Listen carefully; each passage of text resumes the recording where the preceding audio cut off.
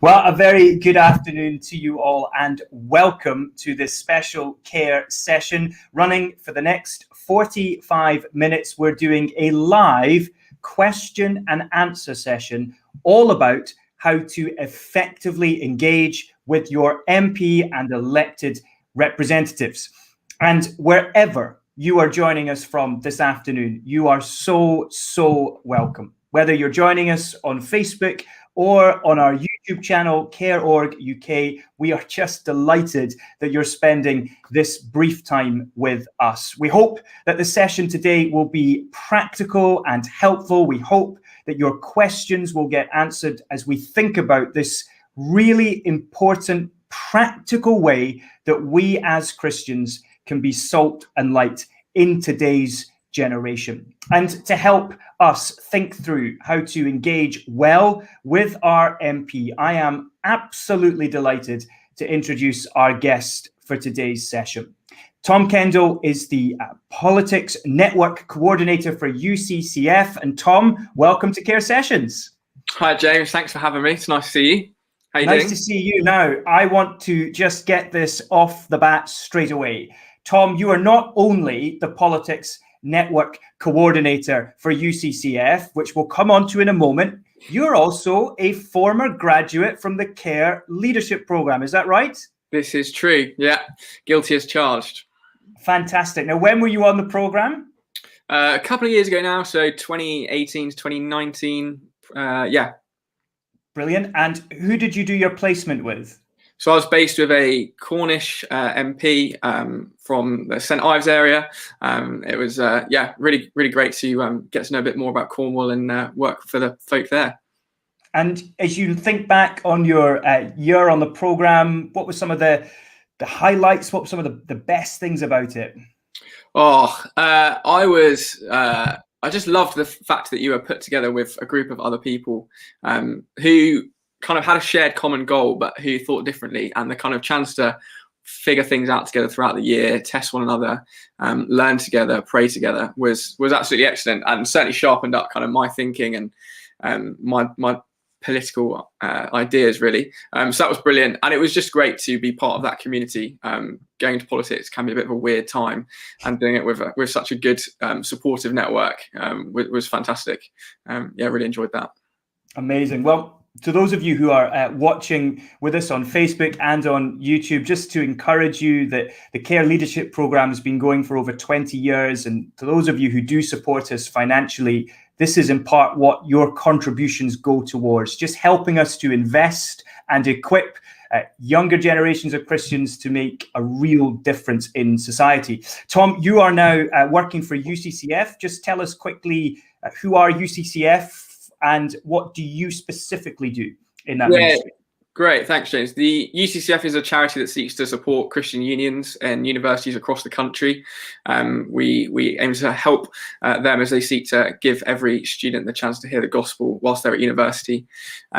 My specific role is I work for or run something called the Politics Network, which basically helps to disciple Christian students passionate about politics. Think, how does faith and politics go together? What does the Bible have to say? How can we be distinctive in this area? So whilst our kind of major thing is evangelism, I guess my role is a bit more discipleship based in that sense, but also how good politics can be as a platform to reach the lost, really. Been doing that for a couple of years, and it's a joy. Fantastic opportunities. Brilliant. Now, obviously, the last 12 months, we've all gone through this global pandemic, and different people have had their work had to change somewhat over the last period of time. Just what's that been like for you? Has it massively affected you? Obviously, you're doing this from home. Has that been part of the deal for the last 12 months? Yeah, so the home thing's less of a challenge, actually. We UCCF staff don't have an office, so we often work from home or have coffee shops, campuses, that sort of thing. So that's not been too hard. But we've been on furlough on and off kind of ever since the pandemic started, which has been a bit harder, particularly in the first lockdown months. So it's been a bit of a journey, but there's good things to see God at work in that, and it's been a great chance to kind of read and reflect, and actually some time away kind of helps you sometimes sharpen up things a bit. So I hope that's where things are at the moment, but I'm other people might want to correct me on that. Also gives you more time to come and do things like this and This help is us true. in our thinking as well, which is amazing. For those watching, I just want to explain what we're going to do and how we're going to do it. So this is a live question and answer session. So if you do have questions about engaging well with your MP, your elected representatives, then please do pop them in the comments below this video on Facebook and on YouTube. Obviously, we are not expecting to be able to get to every question that we receive. And so if we're not able to answer your question at this stage, then we promise we will get back to you on Facebook, on YouTube, and via email as well. So do please send in your questions and we'll hopefully be able to pick them up in a few moments' time. So in the first section, we're just going to do a little bit of talking about why we think Christians should be involved in politics. And then we're going to move straight in to the question and answer session. So let's move on then to this first section, just a background to why we want to be involved in politics. Tom, you know, some people, they would argue that politics is a mucky business, to quote from a recently launched podcast with one Tim Farron MP. And therefore, we're best just staying out of it. What would you say in response to that? Yeah, it's a good question. I was actually chatting to Tim Farron about this a few weeks ago. So yeah, it's. I think it's concerning that we think it's a mucky business. I think the Bible is quite clear that we should get involved. One of the things that I've been particularly struck by recently is actually, in some ways, Christianity is inherently political. Jesus comes on the scene in Mark chapter 1 and says the kingdom of God is near. He's proclaiming a new kingdom, an arrival kingship to the world around us. And so if you're a Christian, you're naturally political because you're pointing to another king and you're serving another king. So our very faith is political. And like the early church kind of got that, the kind of Greek word they used to describe themselves was ecclesia, like the Greek public assemblies at the time, rather than like a religious assembly, which they could have done. They got that it was like a public facing outward, involved in societal calling that they've been called to. And so I don't think we can describe it as a mucky business when that's our kind of inherent faith. That's what we've got to do. And we do live in a fallen world. Which means everything's mucky in many ways. There's nothing that we can do that's clear cut, because we know that sin isn't found out there in the world; it is found in our own hearts. So I'm not sure that's a distinction we can really make, to be fair. What you said there about the fact that the early church understood that our faith, Christianity, is public. It's in other words, it's not something that can just be practiced in our own homes, done privately. Why do you think there's confusion still about that? Why do you think that sometimes people do just think, you know what, have your Christianity, that's fine, but keep it private. Don't try and bring it into the public square. Yeah, I think part of that is the kind of liberal worldview that has been dominant, maybe less so now, but has been dominant for the last couple of centuries, which, John Rawls's idea of the veil of ignorance, that we kind of all just kind of go back to this neutral place and then kind of can discuss what societal contract should look like from a neutral point of view. And emphasis on kind of reason and rationality and that sort of thing makes actually faith look quite uncomfortable and quite weird and can't fit in. And Christians can kind of fit, we're like, oh, well, maybe it is. And so we kind of buy into that a little bit. So I think the kind of liberal worldview in which we've grown up in and been politically shaped by definitely makes us feel like politics is something that is not attributed with faith, but rather something like reason and evidence and facts and that sort of thing. I think that would be the main one. But I think there's maybe a more religious reason too, of the kind of, and this goes back to, again, the early church has that debate about Gnosticism, the kind of idea that, the things of the world are a bit kind of dirty and mucky and physical things are not good, and we should instead be spiritual beings orientated elsewhere. And yes, we are spiritual beings. We do have a higher orientation, but I think we are physical beings too. God made a good world, and therefore we can't create that kind of artificial sacred secular divide where some things are kind of more holy and more pure than than others. Yeah. I think when you think about the Bible as well, you talked about, the fact that Christianity is inherently political. I guess as well, there's that idea that in God's word there's wisdom about what human flourishing can look like, and often the pushback is we don't want Christian values to be imposed upon us. But do you think that there's a sense in which it's less to do with trying to impose and more to do with saying, here is wisdom about the value of life, about the importance of family, about justice, that we would actually just be foolish to ignore, right? Yeah, absolutely. I think, like, if we care for our neighbor, which I think we're called to do, then we've got to share the kind of good wisdom that we've been given. If we believe that the Bible is God's plan and shows us what the world was like, what the world will be like, and kind of gives us patterns, as you say, wisdom for, Proverbs talks about the good life, doesn't it, and that sort of thing. We'd be foolish to kind of hide that. Why would we not want to share that with the world around us?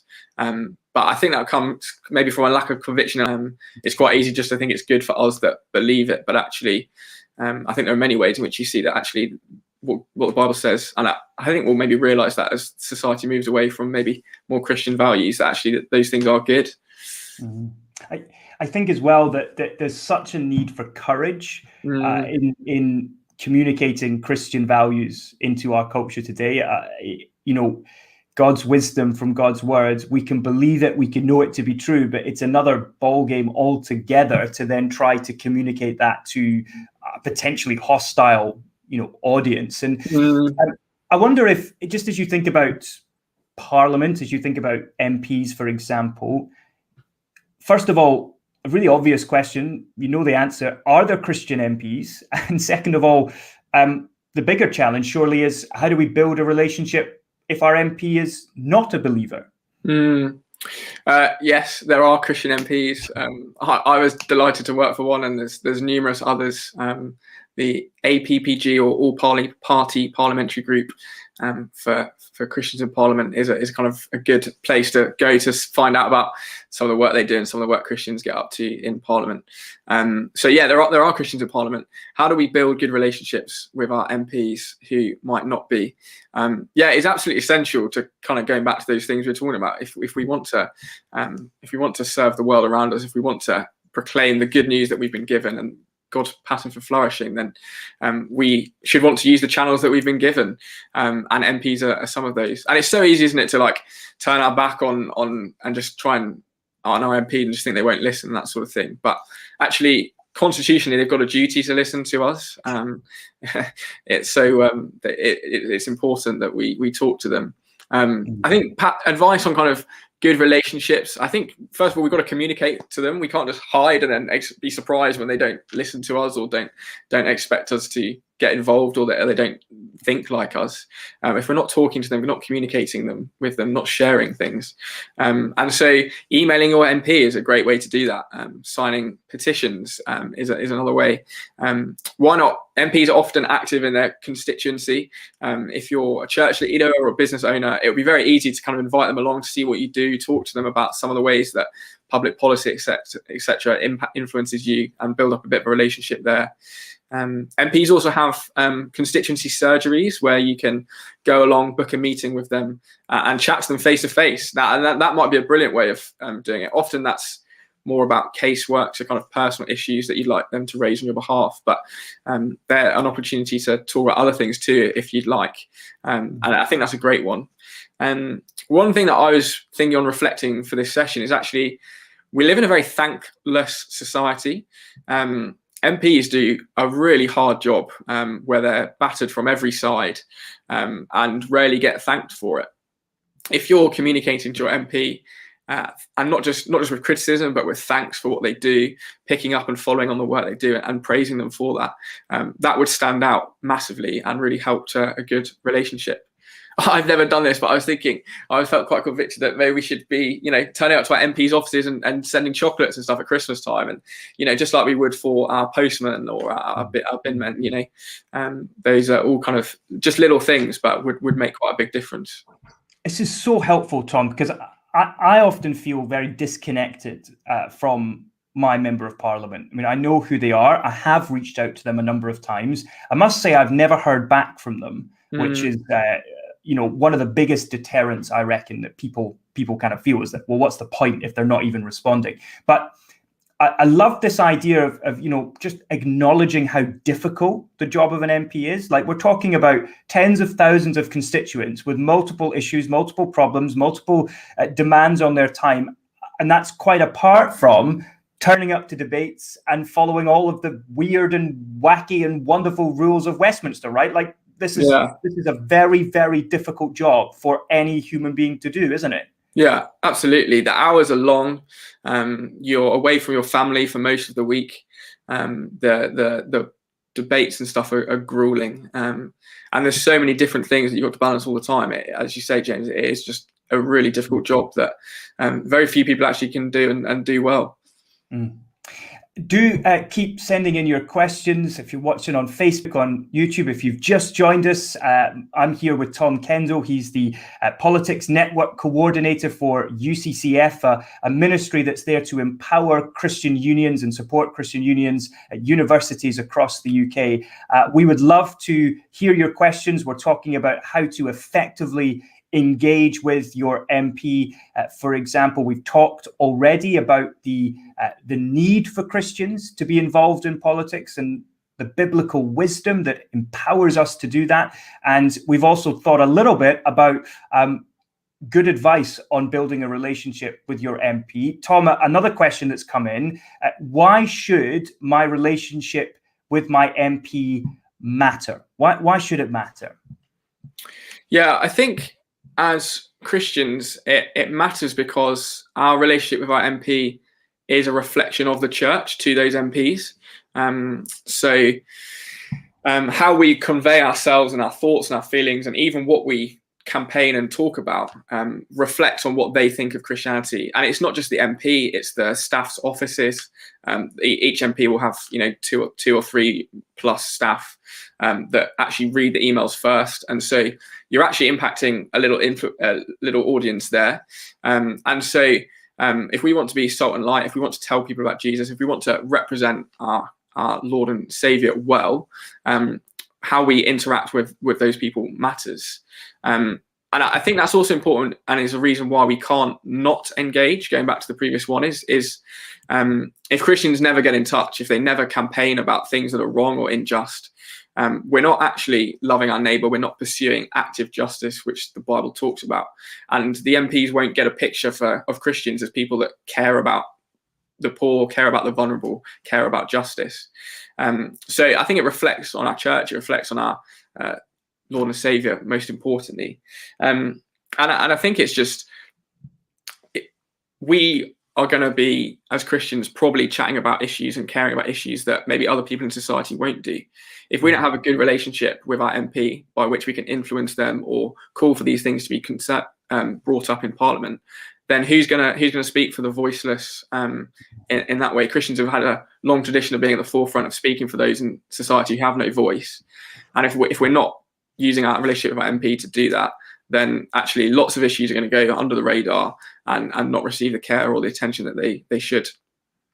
Thinking about, I guess, issues like abortion, for example, assisted suicide, euthanasia, but also, I think it's important that we are holistic in what we engage with our MP on and talk to them too about the issue of human trafficking and modern slavery, of the way in which our laws don't help people with gambling addictions. And the other big one, I think, at the moment is just the whole question of online safety as well. We have like the wild west of the internet. We have children as young as 11 and younger watching online porn, and the law does nothing to protect them. These are just some of the issues, I guess, that we want to kind of engage with our MP on. And we had another question just come in here. What would you say are some of the do's and don'ts of contacting our MP, and maybe particular emphasis on the don'ts.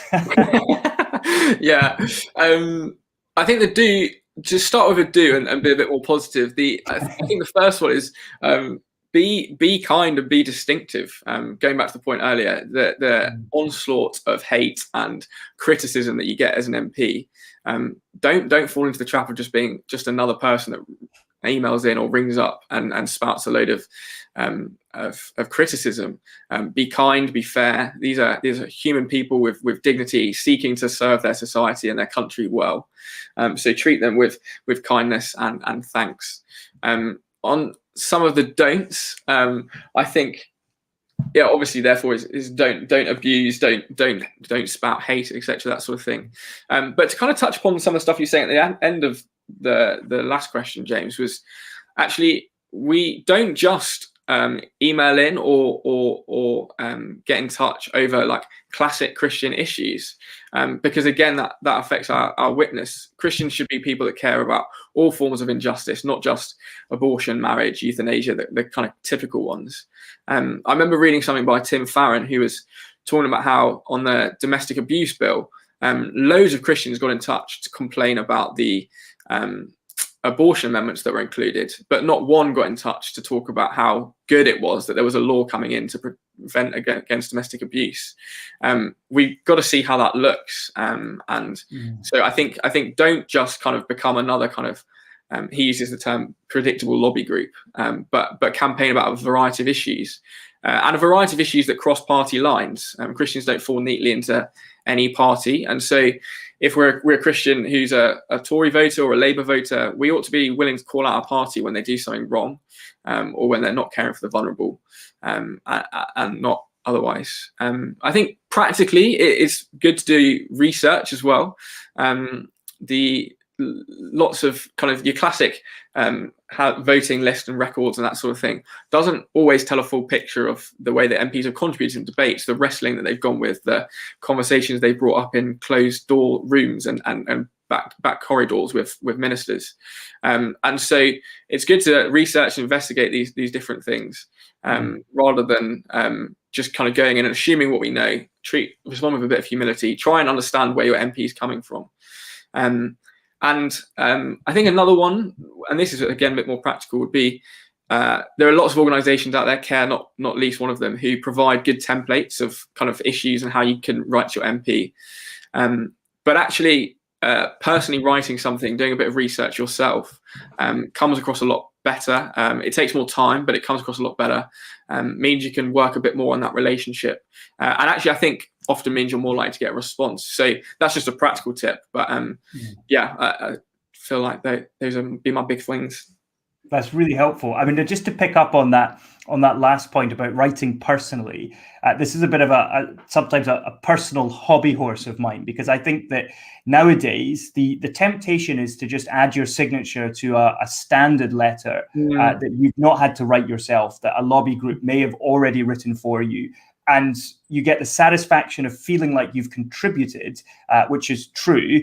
But the reality is that even if, as I understand it from the feedback that we've received from members of Parliament, that if you do that, the danger is that you get a feel good, but it doesn't actually really achieve anything. Because if you get thousands of responses that are all exactly the same on the same issue, it's easier just to ignore them. Whereas actually certainly what we try and do at CARE is we try and encourage people to use their own words, to use their own personality, and to be themselves when they reach out to their MP, so that it's true and authentic. It almost becomes an issue of honesty and kind of credibility. You've worked in an MP's office. Just touching on MPs and the volume of correspondence that they get, is it the case that an MP will get back to everyone who gets in contact with them that has a legitimate and genuine point to make or question to ask? Yeah, every MP is different, but from my experience, we would aim and nearly always responded to genuine and legitimate interest and questions and concerns. Every the priority actually in our office was those individual responses. If you send in kind of a mass campaign, lots of MPs actually just put kind of one generic response on their website and point people to that. But if you genuinely devote time and raise your concerns in a polite and accessible way, I think most MPs would honour that and seek to respond. Obviously, it takes time. These MPs are getting hundreds of emails a day, but largely, I think that is true. I keep having that verse. It hasn't left my mind since you spoke earlier about the importance of being gracious and kind towards our MPs. And it's that verse in Colossians where Paul says, let your conversation always be seasoned with salt, be gracious in how you communicate. And I do think that's so important, isn't it? You can be just as committed to biblical truth, just as passionate about the value of life, about the importance of respecting that value, and you can communicate that graciously, which actually, if you put yourself in their shoes, what's going to be more effective, right? Like what's going to resonate more? Yeah, and I don't think that means we can't be quite firm. I think it's right sometimes to push back. You might get a rubbish response or one that's not been put much time in.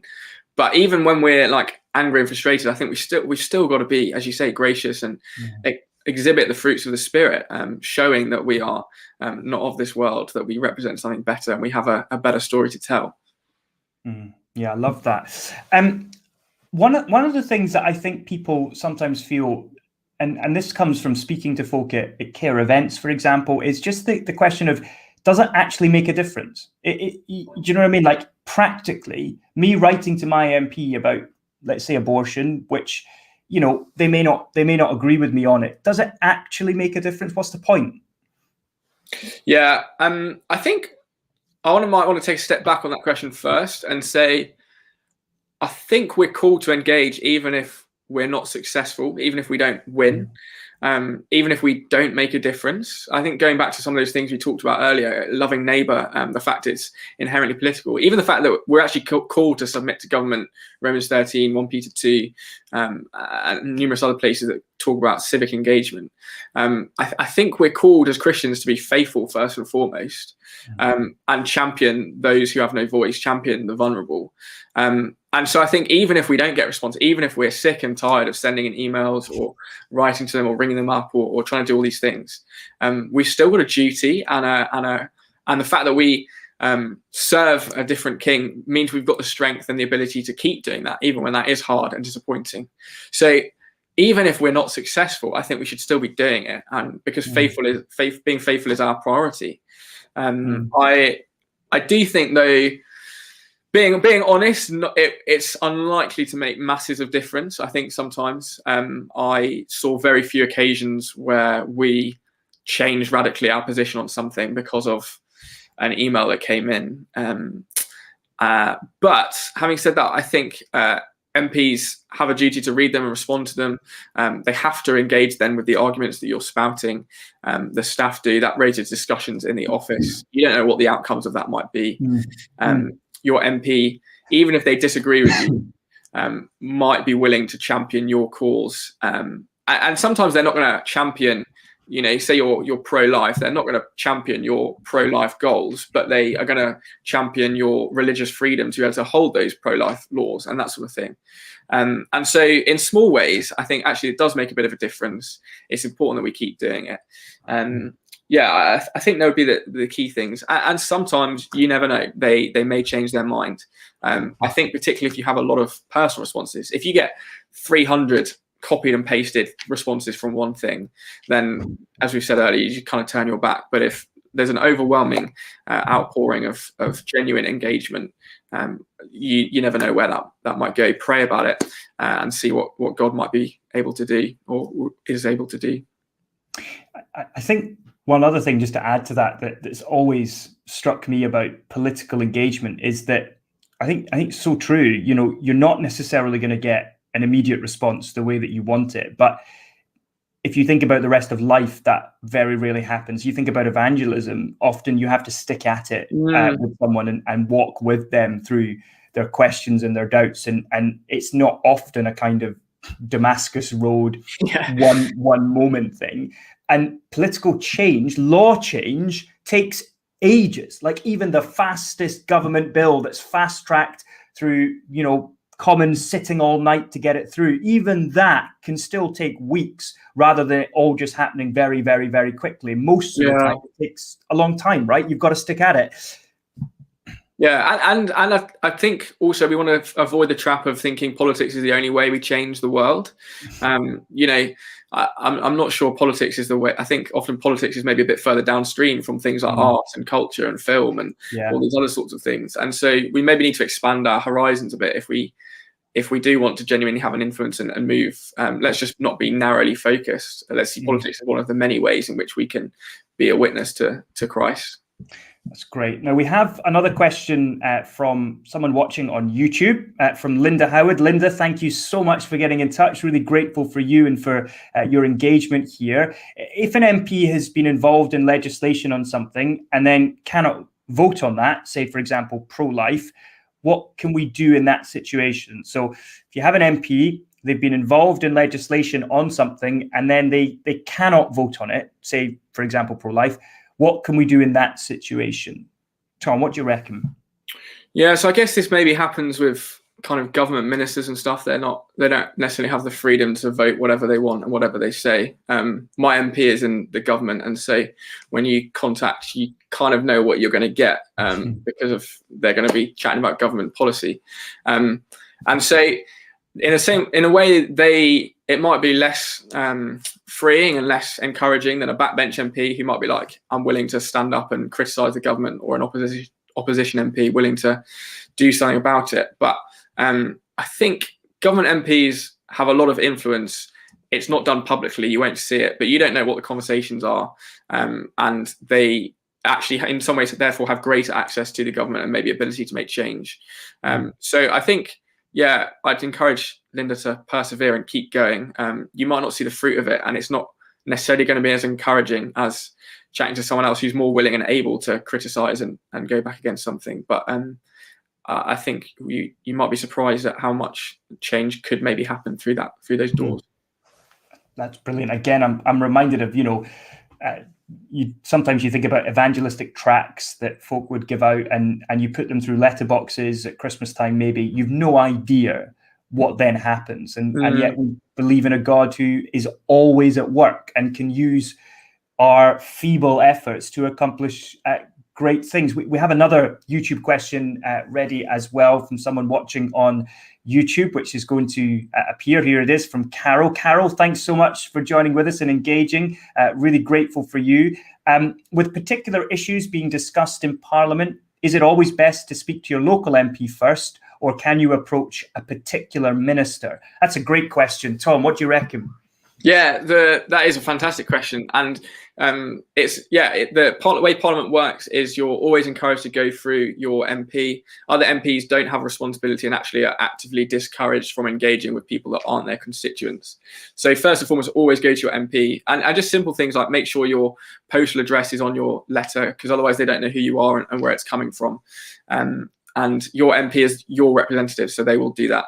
I think there are occasions where, if you're not getting any luck with your MP, it is possibly right and appropriate to contact other channels, but go for your MP first. So go to other MPs isn't sensible, but you can potentially go to a government minister or people who work on select committees, MPs on select committees. So if you're passionate about environmental affairs, you can go to those on the kind of environmental affairs select committee, and they would be able to take up your case in that capacity, but just maybe requires a bit more research to make sure you're going to the right places after your MP.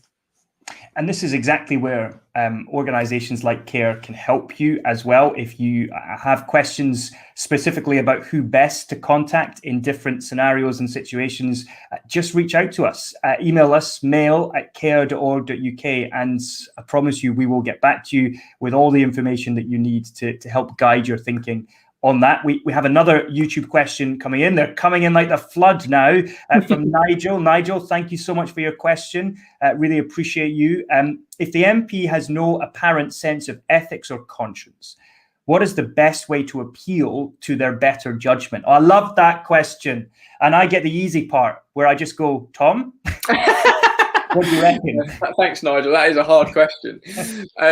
I might slightly push back and say I think whilst their ethics and their conscience would not align with what we say or not identify with anything that we can really understand, every MP there would have some form of ethics or conscience.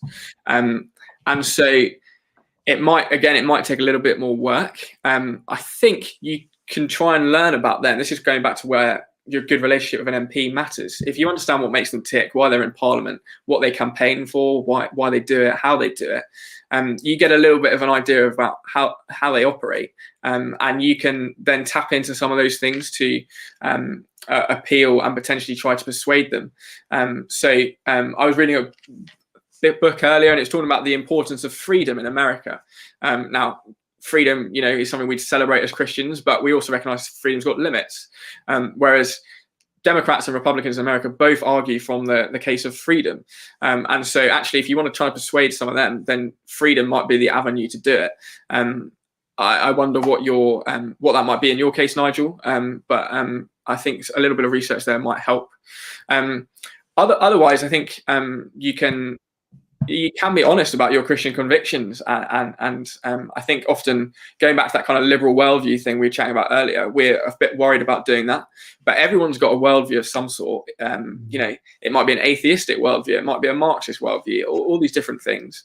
And so let's not be ashamed of ours. Feel free to talk about why you hold the views you do, why you think that represents God and Jesus. Do so in a way that is loving and caring. They might not agree with you, but try and promote the gospel to them, promote biblical flourishing to them in a way that they can understand.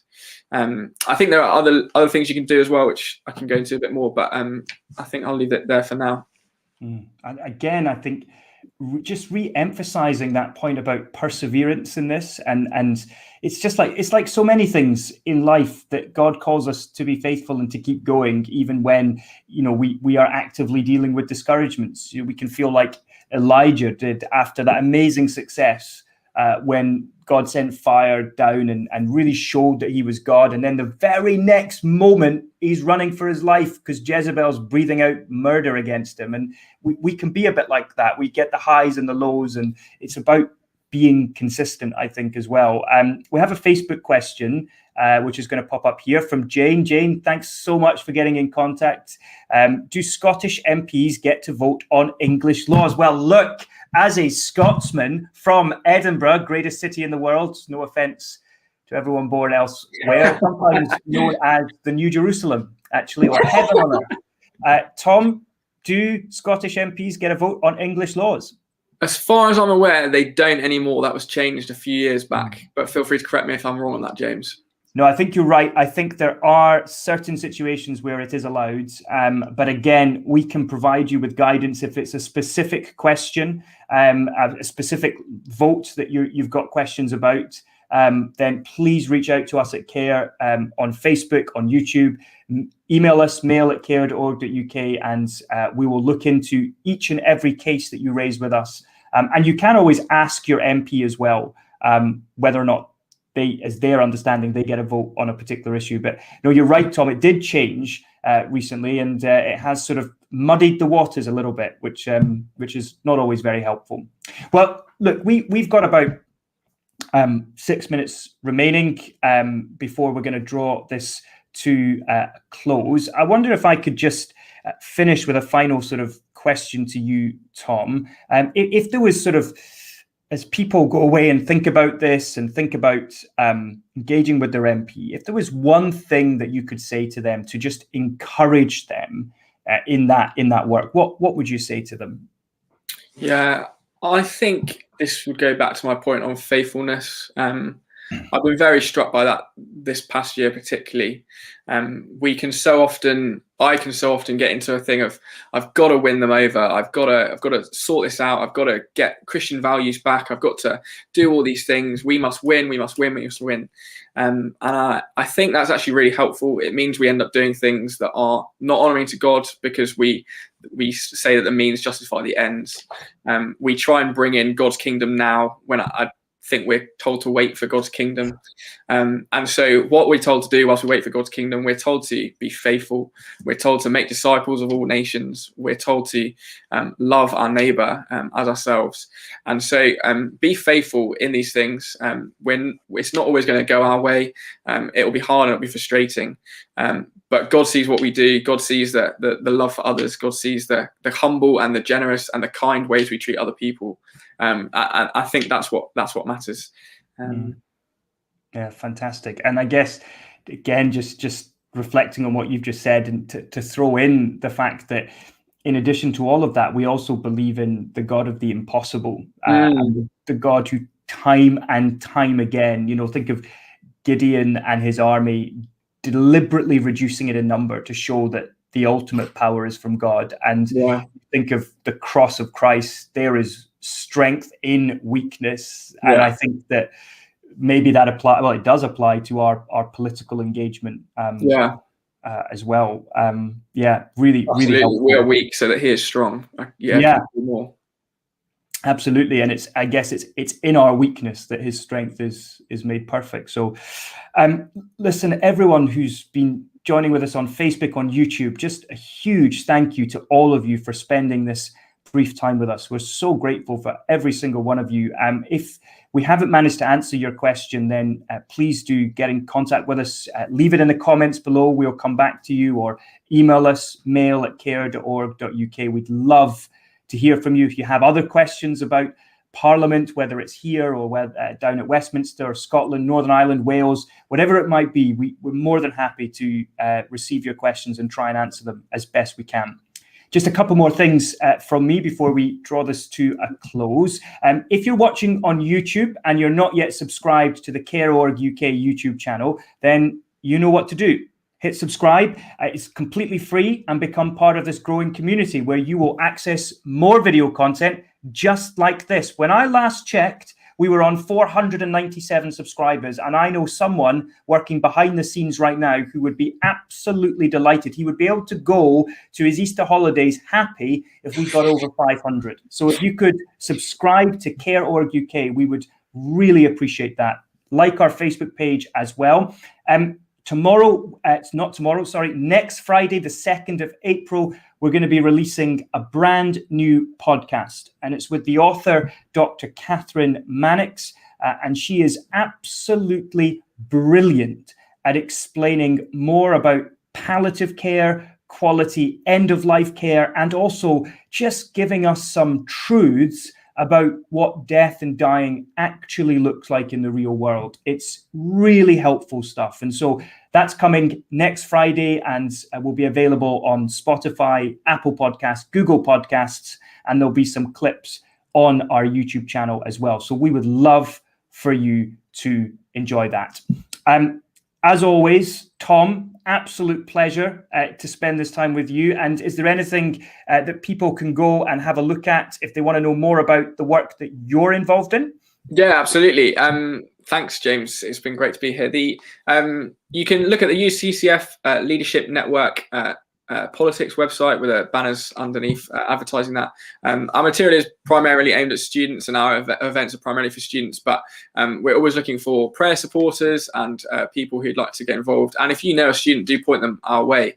My email address, I think, will also come on, and I'd be happy to answer questions or talk about how you could maybe get involved and help out with us there too. Those would be the two things to do. Thanks, James. Fantastic. Thank you, Tom. For those of you who are registered with us at CAREsessions and you've given us your email, you are going to receive a special follow-up to this session. We've got some great resources that we want to flag to you. That email will be landing in your inboxes a little bit later on today. Do visit the CARE website, care.org.uk, for updates on all that we are doing and our causes as well. You can sign up for our weekly newsletter. You can donate online and support us financially. And of course, don't forget, the big ask of all is, alongside contacting your MP, subscribe to the CARE.org UK YouTube channel. I'm sounding like a broken record, which means it's time for me to stop. But finally, thank you again to you, Tom. Thank you to Dan and Michelle and Hannah and others working behind the scenes. And to all of you joining us on Facebook and YouTube, thank you so much. And we'll be back with you very soon.